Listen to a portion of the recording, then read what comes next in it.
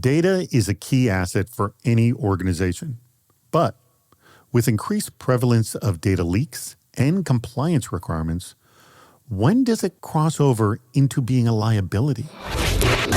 You're listening to Defense in Depth.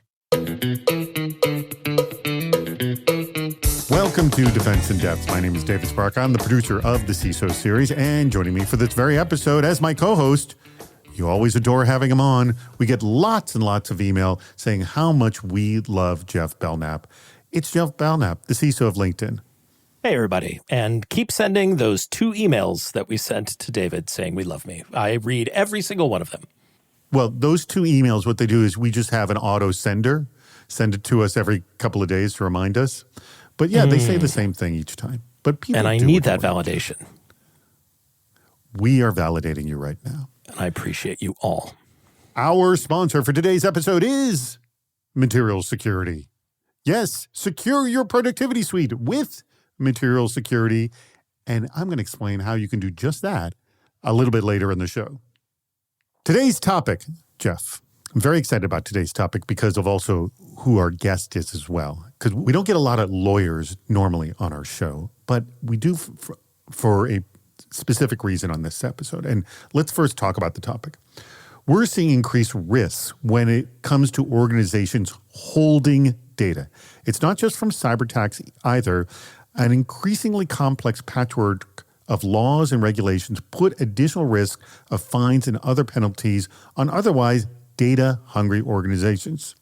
So what framework should organizations use to determine when holding data has an actual benefit to the business and when it becomes a risky liability? And I think this is really because it also has a lot to do with privacy concerns, and it's a customer service issue here, and also a legal issue around privacy as well. So do you think, like spoiled milk, does data go bad? I don't know if data goes bad, but certainly the cost of holding data or the risk of holding data, just as you pointed out, increases over time. And when you're faced with a very difficult challenge of protecting an enterprise or a business that uses data in any way, having more of it is riskier. And it is not an easy thing to do to have the conversation about when you should get rid of it or whether you should collect it at all. So I'm really happy our guest is here to kind of help us think through this very challenging thing that almost all CISOs, security and privacy professionals face. And it is a tough conversation to have with the business because the traditional response is, we need it. It's a core to our business. We need it to market. Sometimes it is technically the business too, for that matter. So there's a lot of thorny issues to go through. And yes, thrilled to have this person here with us from the Electronic Frontier Foundation, also known as the EFF. It is one of their fantastic staff attorneys, Mario Trujillo. Mario, thank you so much for joining us. Yeah, it's good to be here. Thanks a lot. Whose issue is this? Aldo Frebro, who is the CISO and privacy officer at Continuance, said, quote, "A CISO needs to share 3 aspects of data collection to business units: financial impact, modern business strategy, and administrative burden." Kind of nicely isolated there. Aldo goes on to say, while information is an asset, properly managing assets is not cheap. Modern businesses are also considering asset light as a strategy to be more agile and competitive. On the externalities, growing numbers of legal and regulatory compliance will for sure add administrative burden. That is a really nice isolation of the problem right there. Vaughn Shanks of Sidearm Technology said, quote, "Data management is determined by a combination of societal values, laws and regulations, organizational values, brand strategy, and organizational risk appetite. Assuming we don't want to break the law or mislead stakeholders, we then need to decide where we want to be on the brand trust spectrum between data exploitation and respect for privacy, and what risk we are willing to accept in the event of a breach." These are 2 really fabulous isolations of the complexity of the problems here. Is there anything they missed in terms of the sort of the simple part of this problem here, Jeff? Oh, I think simplifying this problem is nearly impossible, but I think Vaughn and Aldo really did a great job here. You know, the more sensitive data that I have, the harder my job is, the more I have to protect. And you always want to be having that continual conversation with the business that is collecting this data, ostensibly for a strategic business purpose, to help them understand that the more we collect, the higher total cost of the program, the higher the total potential downside risk is, and to make sure that the upside value and certainly the value that we're creating for our customers and our members and the people that we are producing a product for is relative to the cost of having this data, that it makes sense. And in many cases, it does make sense to do that. But I think where we get into trouble is we just forget and we kind of hoover up everything that could be collected and just keep it forever. And I think we now, at this phase of maturity in the data space and certainly the data security space, we've learned keeping everything forever is not really reasonable. And there's just not as much business value for that as people might have thought originally. I think you bring up a really good point of just making sure the business is literally weighing the risk of A, collecting the data, and B, holding on the data. Yes, they are making the risk decisions, but understanding those two very critical aspects every time they choose to collect it, that is factored into the decision.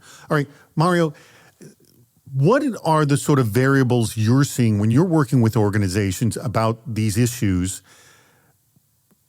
Is there sort of an aspect of this that we're not seeing here, that it's like, hey, this is a risky area too, and a legal minefield? From the security perspective, I think everyone's coming to the table from a cost-benefit analysis or a risk-based analysis, and that's a good thing. And so there are all these different factors that you can kind of use as levers to pull on and off to enhance privacy. And so I see them as maybe in 5 large buckets, and I think the 2 quotes that you read from are pretty good. But I see the first big bucket as a lawyer, I see the legal costs. And so that's, the legal costs of, if something happens, if you have a data breach, if you've misused the data, how much is it going to be to defend a lawsuit? How much is it going to be if you lose that lawsuit? How much is it going to be if you settle? I think the second big bucket that I look at and that I've advised companies on before I was at EFF, when I was a privacy attorney for larger companies, I looked at the reputational damage, and that's something that's hard to quantify, but it is there. If you have a data breach, are your customers going to come back? If you're a business-to-business company, are the businesses going to sign up for your service? I think another bucket that I look at is talent and employee retention. This one I don't think is as big as the first 2, legal costs and reputational damage. But if you're a company that is privacy focused, you can attract higher talent. You can attract security and privacy professionals who have those values, and you can lose those professionals if you're not living up to that standard. And so I think that's a factor. That's not a large factor. And then the last thing is administrative costs of storing the data. That can be just like manpower. That can be money you have to pump in to create all these policies. But it can also be these tangential things that you don't really think about. And so I think about Google storing location data. They just came out with a blog post in December saying that they're going to change the way they store location data. And that's particularly because they were subject to thousands and thousands of what these things called geofence warrants. And so, when a company like Google stores data that it can access, other people are going to go hunting for that data, in this case, law enforcement. And so that creates this additional administrative burden that Google has to, respond to these 5,000 search warrants. And so there's a lot of these hidden costs that only show up when once you've already stored the data and you find out all these new uses from other people. Your data could be of interest to others. And yeah, it's interesting. It's not maybe a legal issue, although it's definitely some privacy concerns. But if someone wants access to it and it is someone with a warrant and you've got it, you better produce it. And that's going to only introduce cost, nothing else. Correct. Yeah. You have lawyers who are responding to that. That also, it creates these secondary reputational damages as well. And so that creates another cost. The legal issues and the reputational issues, they're almost always intertwined. Does anyone understand what's going on? Dwayne Grant of Converge Technology Solutions said, quote, in sectors where they process high volumes of sensitive data, I've had some success promoting privacy impact assessments. Get line of business management to buy into reducing the exposure early. It helps when your colleagues already regard the data as having an element of liability. If they don't, you need to educate them on this dichotomy. Aldo, again, Febro of Continuance said, for business unit involvement, CISO should engage them in privacy impact analysis exercises. So similar to what Dwayne said. Get them to be creative to achieve the same business objectives with a more limited data set.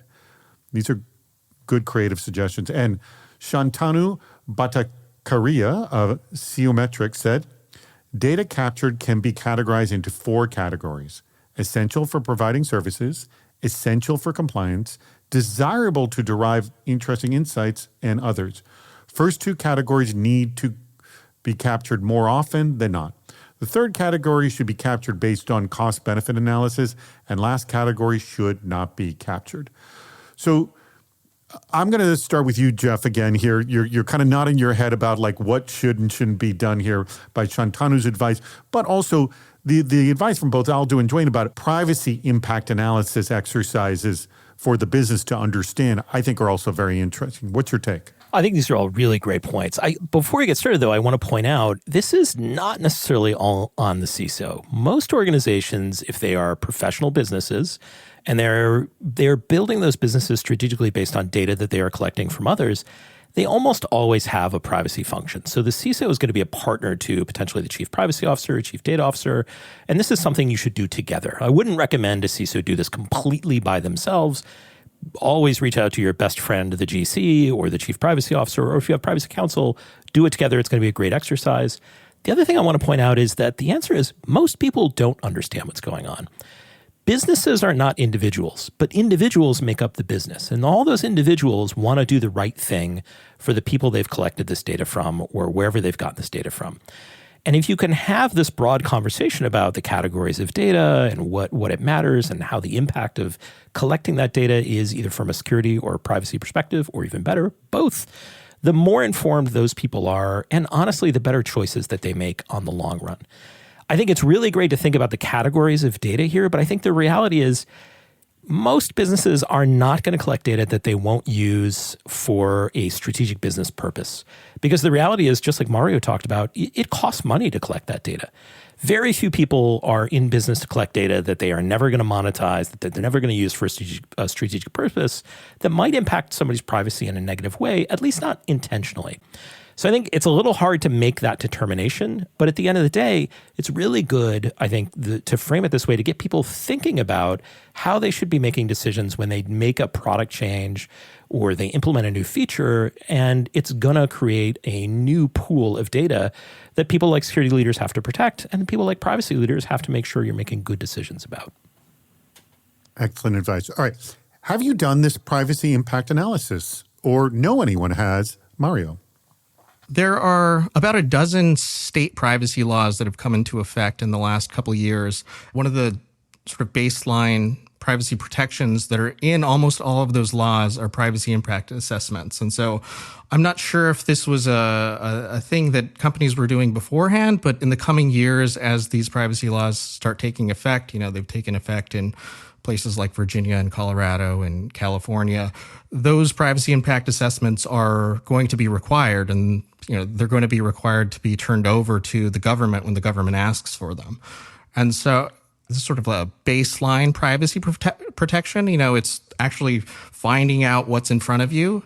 That's a good start. That's not the end of it, though. You find out what's in front of you, and then you create policies around that, these best privacy practices. But this privacy impact assessment is sort of the ground floor to do any other privacy work. Now, I don't know if this is your responsibility or maybe you've heard stories, but have you seen an organization make an impressive sort of privacy leap to deal with it for their own security, the marketing competitiveness even, and also to deal with all these new regulations that are coming. Have you seen sort of any sort of impressive leap that a company's made? Usually you see that leap after sort of a regulatory investigation, which is unfortunate. Usually that requires a push. It doesn't go, hey guys, let's shift all our business efforts to worrying about privacy concerns. That usually doesn't happen just on its own, does it? I think it can happen with the help of lawyers and privacy professionals. At like creating a new privacy policy is a good first step to like undertaking this analysis, because the lawyers, the people who are writing that policy, have to understand what the company's holding, what they're doing with it, and so that can be sort of a good sort of yearly touchstone to do that. Have you seen something that maybe is a common sort of behavior with a company? They're like, oh, if you're doing this, you're gonna get dinged, kind of a thing. That like everyone should look into this now. Is there a common behavior you've seen that sort of raises the red flags? I've seen a lot of litigation in the last couple of years about data sharing with Facebook and Google in particular, like the story of cookies that, in a regular business might be sort of benign maybe, but it's a particular company that holds sensitive data, or it holds data where you can infer a lot of sensitive behavior from that. Is something akin to Cambridge Analytica type stuff behavior? No, so let's assume that you're an online business that acts as a platform to medical therapy, and you're sort of the go-between between the therapist and the consumer who wants the therapist. Let's say you have cookies and pixels on your website that helps you with ad targeting. And so all you're giving is sort of like a hashed email address. And so that seems a little benign, but yeah, you attach that to the sensitivity of the company, and you're actually revealing that, this particular user is looking for therapy, which is very sensitive. And so we've seen a lot of lawsuits around that kind of data sharing between Meta and other companies used for ad targeting and ad attribution. So that's an easy example. There's a 20-year-old privacy law that protects the privacy of video data, and so any company that has videos that's sort of sharing data with Meta and Google have been sued because they're actually revealing the videos that people are watching, and that's one of the few areas that's protected by current existing privacy laws. Before I go on any further, I do want to mention our absolutely awesome sponsor, and that would be Material Security. Remember I told you at the top of the show, secure your productivity suite with Material Security? Well, guess what? Microsoft 365 and Google Workspace aren't just applications. They may have been at one time, but now they're critical infrastructure. These environments are home to all your people, your content, and your communications. So securing these today requires a heavy set of disjointed tasks that leave blind spots and coverage gaps. Here's what you need. Material Security. It's the only solution that is purpose-built to address risk across this whole environment, with the focus and depth required to make a difference. So Material provides a unified suite of cloud email security, user behavior analytics, and data loss prevention purpose-built for both Microsoft 365 and Google Workspace. Material integrates in minutes via Microsoft 365 and Google Workspace APIs with zero downtime. Customers get a single tenant, isolated instance, and complete control over the underlying infrastructure. Material works with organizations of all shapes and sizes. That means your size. If you're using Microsoft 365 or Google Workspace, that's you, and it's your shape and your size. So learn more about their advanced security for your cloud productivity suite at their site. It's just material.security. So it's the word material, METERIAL.security. Go there. Check it out. What should we be measuring? Rob Oden of Roblox said, quote, "What is the reason you need to collect this data? Too often we collect data because we can, And we might have a specific purpose rather than because of an identified need that can't be met in other ways. This is similar to when cyber programs first integrated SIM tooling, and we grabbed any data we could because we might have a need later. It wasn't until vendors like Splunk started charging per gigabyte and we began to purpose-driven collection requirements. And Yasir Ali of Polymer HQ DLP said, quote, minimizing data collection upfront can be a hard sell. Yes. Understanding uses of data is usually a day two exercise that generally requires storing the user info somewhere as an interim step. So you brought up some very interesting issues in our last segment saying that, you may be holding the data right and you're not passing on information, but it can be inferred, hence the concerns there, the privacy concerns here. In these cases here, we're just talking about minimal data collection. Are you running into just sort of excessive collection? Like, what the heck were you doing thinking to collect that in the first place? I mean, this is nothing but trouble, Mario? You can look at data as, an address or an IP address or a phone number, so it seems benign in that way. But as I was mentioning in the earlier segment, it's not only health data that's sensitive. It's it's what you can infer from the data. So any bit of data can be sensitive, and if it's used a particular way, and you're not always seeing data being collected that shouldn't be collected, that on its face is extremely sensitive. It's just these secondary uses of data that can always it can be used for sensitive purposes, and it's actually the purpose-based uses that causes the most problems. And this actually gets to a response, and we've all heard this before, where people don't seem to be concerned with their privacy because they say something, well, I've got nothing to hide. But like what you've described here is, it's not about hiding something. It's about what access people can have to you and your information. Yes, Mario? I think that is a common criticism of overly restrictive privacy laws is that, I don't have anything to hide. But I think that misses a broader point that, privacy should be viewed as more of a human right. And so it's, it's a good for its own sake, but it's also a sort of a right that is a protection. It's a gateway protection for a lot of other rights, like the protection of expression. So if you want to be able to speak freely, you need to be able to access information without feeling like you're being watched. And so it's a gateway to freedom of expression. It's a gateway to just information security, that your data doesn't get breached. It's not only privacy for its own sake. It's also privacy for expression, for security. Jeff, I want to just isolate this one comment Yasir said at the very beginning.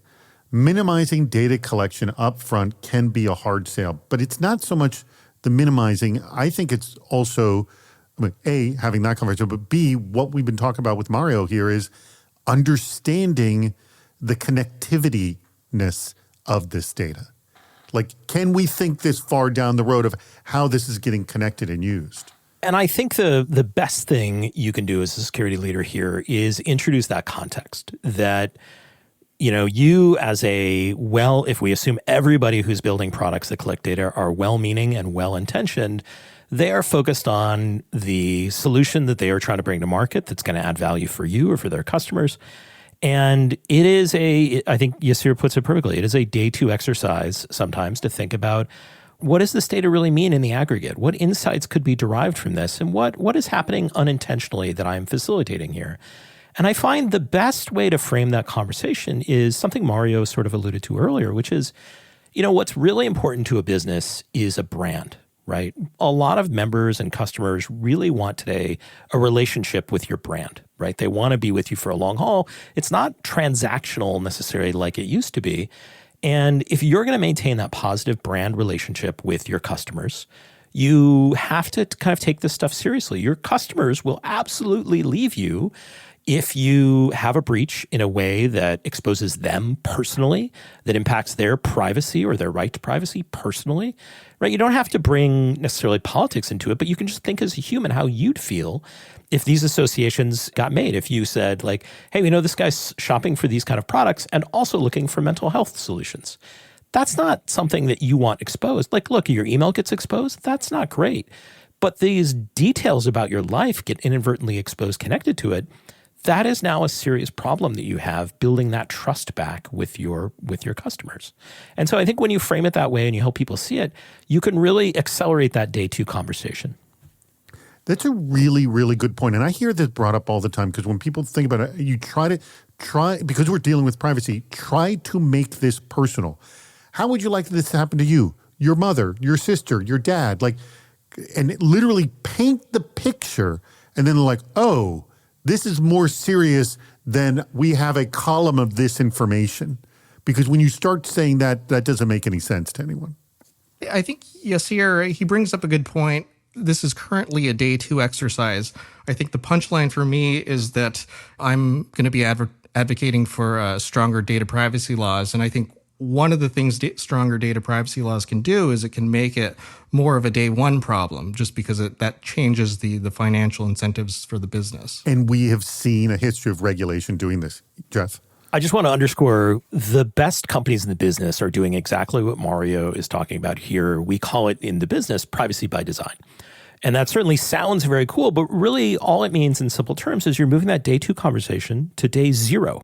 Moving it before day one. You're building that conversation into the design and implementation of that product before it ever comes to market. And I think what I have seen personally in that case is you have much better privacy outcomes in those situations. Can anything be done?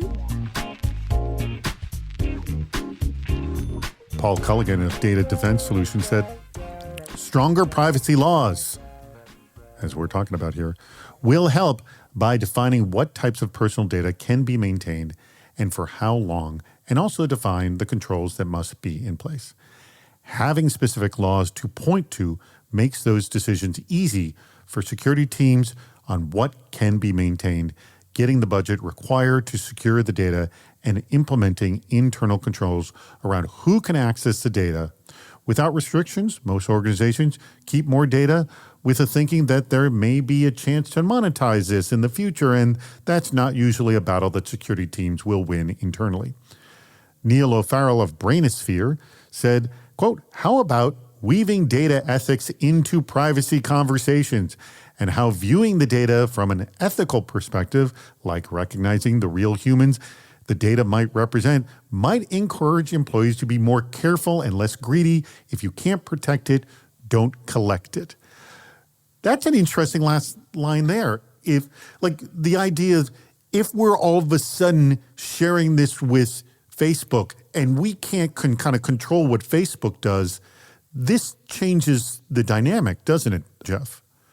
I think it does, although I think a better example would be there are too many companies out there that are trying to monetize scraping or collecting information from other websites. And a lot of times what you'll see is, since these are very small, sometimes fly-by-night outfits, or, because they're making their money sort of remonetizing data other people have published, they don't always think about security. And a lot of times that stuff will just get left on the open internet, and people's data will get exposed. And I really think in these kind of situations, and you know what, I'm casting these companies in a bad light.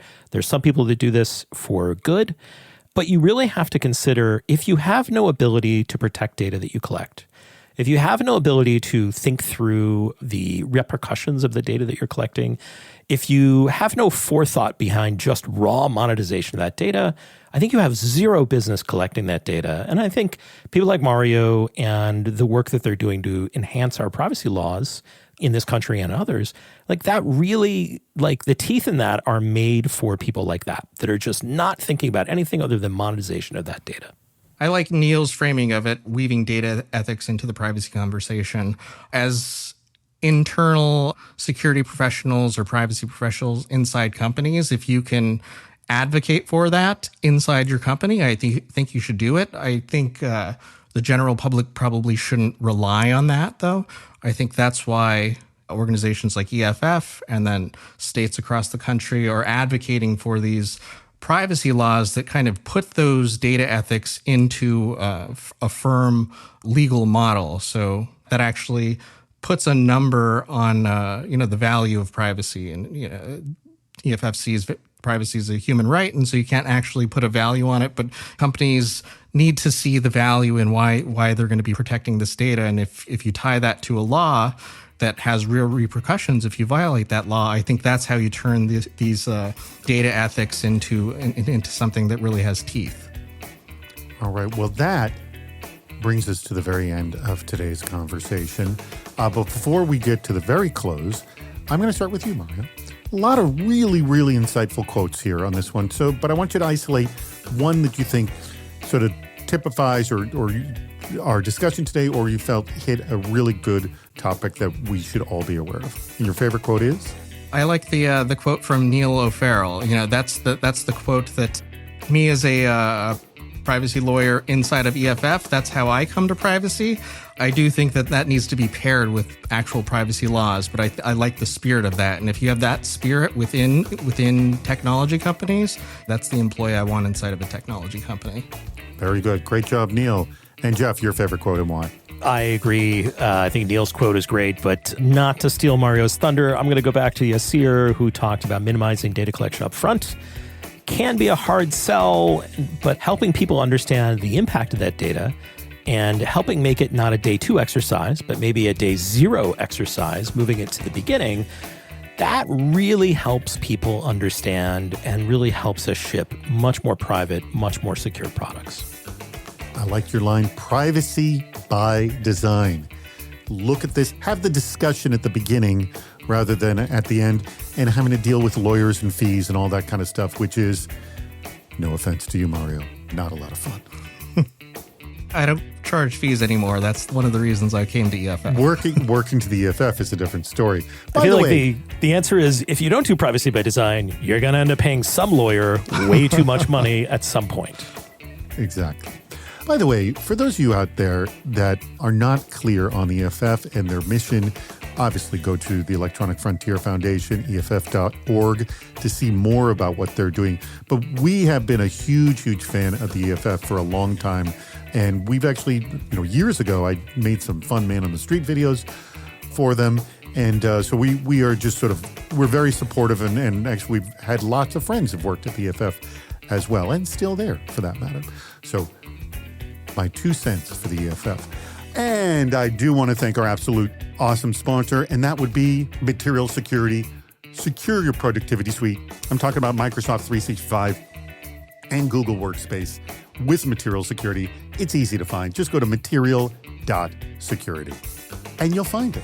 Jeff, thank you as always for being awesome on the microphone. And Mario, I think it'd be better if you tell us what people need to know about the EFF and make a plea, because they always take wonderful donations. I do know that, right? Yeah, so EFF recently came out with a paper called Privacy First, a better way to address online harms. And I think over the last year, we've seen a lot of internet proposals, some of them good, most of them bad.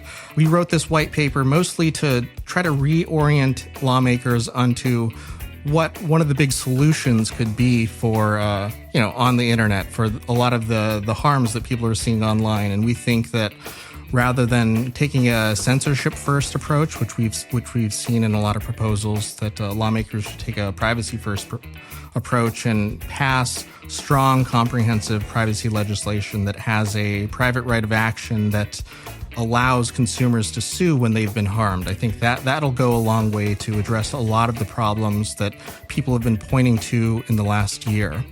Excellent point. Well, thank you very much, Mario. Thank you to Jeff as well. And thank you to our audience. We greatly appreciate your contributions and for listening to Defense in Depth. We've reached the end of Defense in Depth. Make sure to subscribe so you don't miss yet another hot topic in cybersecurity. This show thrives on your contributions. Please write a review, leave a comment on LinkedIn or on our site, CISOseries.com, where you'll also see plenty of ways to participate, including recording a question or a comment for the show. If you're interested in sponsoring the podcast, contact David Spark directly at david@CISOseries.com. Thank you for listening to Defense in Depth.